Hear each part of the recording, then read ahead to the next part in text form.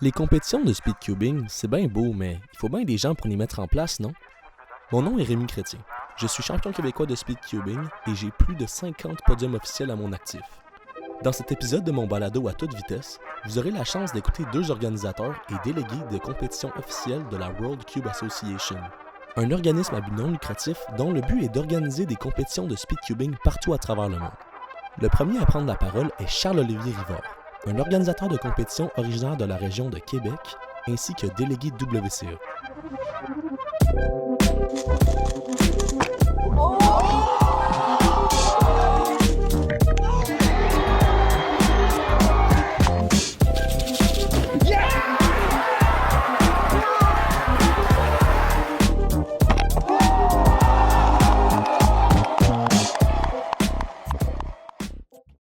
Je suis Charles-Olivier, ça fait un petit bout que je fais du speedcubing, puis j'ai organisé quelques compétitions. Je suis devenu un apprenti délégué WCA l'année dernière, donc euh, j'ai commencé à me tremper un peu dans l'univers de l'organisation, puis de la construction de la communauté.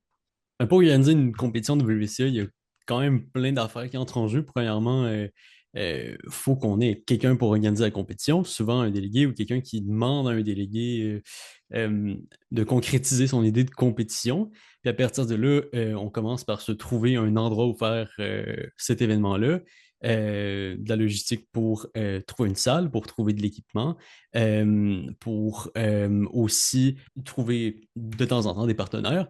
Puis après ça, l'organisateur va venir faire un horaire, va venir choisir des épreuves selon la communauté locale. Ça arrive souvent qu'on fait des épreuves qui sont soit plus courtes, comme du 2 par 2 du pyramix ou de l'horloge, ou bien on va vouloir faire une compétition qui est plus pour les compétiteurs plus avancés ou les gens qui aiment plus les épreuves tranquilles comme le 3 par 3 à l'aveugle ou la résolution optimisée. Donc, on fait un choix d'épreuves, puis on fait un choix aussi de comment on va organiser ça. Je vous vois venir. C'est quoi ça, Pyraminx, résolution optimisée, 2 par 2? Eh bien, ce sont toutes des épreuves de la WCA. On en compte 16 actuellement dans l'organisation. Elles ont chacun leurs particularités et leurs défis, et les organisateurs ont le choix d'avoir quelques-unes de ces épreuves dans leur compétition. Donc, il y a tout plein de facteurs qui entrent en jeu. Puis, c'est aussi beaucoup de réponses à des courriels, beaucoup un peu de mobilisation quand même. Puis, on arrive à la journée de la compétition et ça, ça roule quand même assez naturellement quand on s'habitue. On accueille les gens, on accueille les compétiteurs, on parle beaucoup avec les parents, puis on s'assure que tout se roule bien. Fait que il y a du travail aussi qui se fait après la compétition, mais en gros, c'est pas mal ça. Charles, ça fait déjà un petit bout qu'il fait partie de la communauté, mais c'est depuis très récemment qu'il a commencé à s'impliquer en tant qu'organisateur et qui est devenu délégué. Donc je voulais savoir comment est née cette envie de s'impliquer plus dans cette communauté. Ben, en fait, c'est surtout né d'un manque de compétition dans ma ville, dans Québec. Je savais qu'il y avait Matt, qui est délégué, qui était délégué dans la région. Mais la plupart du temps, c'était à Montréal où souvent c'était Alex qui organisait les compétitions. Donc, je me suis dit, ça serait pas pire d'avoir quelque chose à Québec pour commencer à construire une petite communauté. Puis justement, à partir de là, j'ai commencé à, à m'impliquer un peu plus. J'ai parti un club de cube pour justement commencer des compétitions à l'Université Laval. Donc, c'était surtout un désir d'avoir plus de fréquences, puis dans un rayon plus proche pour bâtir quelque chose à Québec, dans le fond. Avec le championnat québécois 2026 qui approche en début mai, il fallait que je prenne le pouls du côté de ceux qui organisent ce championnat. Ouais, pour ce qui est du championnat québécois, c'est la première fois que ça va arriver à Québec spécifiquement. La dernière fois, c'était en 2024 à Montréal. La communauté était vraiment enthousiaste. Ce que j'avais ressenti dans ce temps-là, je n'étais pas organisateur ni délégué. J'y suis allé en tant que compétiteur seulement, mais euh, on a vraiment un vibe, un feeling différent des compétitions normales quand c'est un championnat euh, pas national là, au niveau du Québec, mais qui n'est pas reconnu comme un championnat canadien, mettons. Euh, Dans le cas d'un championnat comme ça, les gens sont excités. les gens voient qu'il y a beaucoup de place, les gens voient qu'ils ont beaucoup de rondes, beaucoup d'opportunités pour briser leur propre corps, beaucoup d'opportunités pour euh, avoir un titre, mettons, régional. Puis, surtout avec la communauté du Québec spécifiquement, en raison de l'identité nationale du Québec, genre, on a un certain attachement à notre communauté de cubing spécifiquement de cette région-là, pas nécessairement au même niveau que celle du reste du Canada. Donc, quand on a un championnat comme ça, les gens sont investis. Puis, je l'ai ressenti en organisant. Il y en a qui ont quand même hâte. Puis, je les comprends. Notre prochain invité, c'est Alexandre Rondet, un délégué WCA et un organisateur de compétition dans la région de Montréal. Je suis Alexandre. J'ai commencé le cube il y a bientôt 10 ans désormais. Donc, je suis originaire de France et je suis compétiteur, organisateur de compétition et délégué WCA.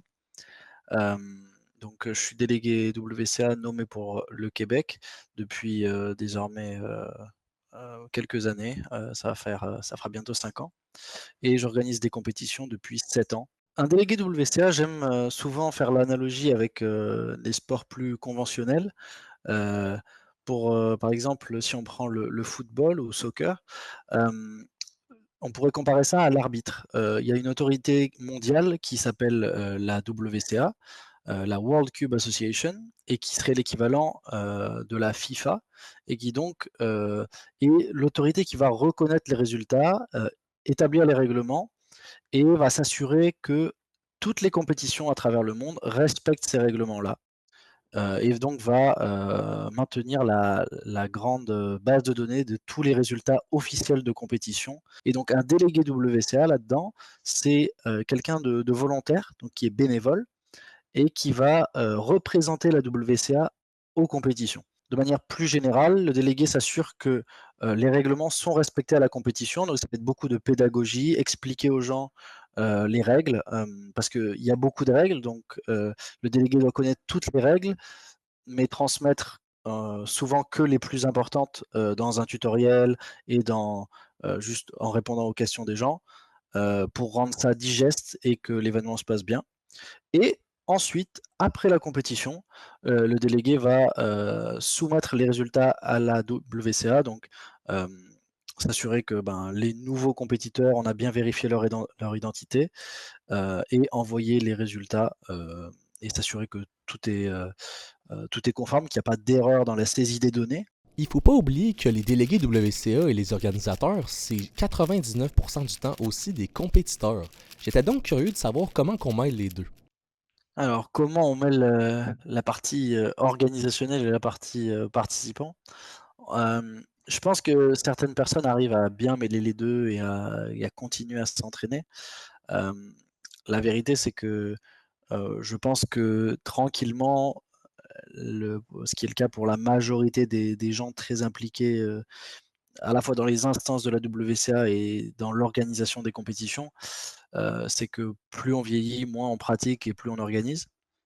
C'est une tendance que j'observe, pas seulement dans mon cas personnel, mais au niveau de beaucoup d'autres, organisateurs, plus aguerris, délégués et autres officiels. Et ça, c'est encore plus marqué pour les personnes qui sont impliquées et dans la WCA et dans les organisations régionales telles que Speedcubing Canada.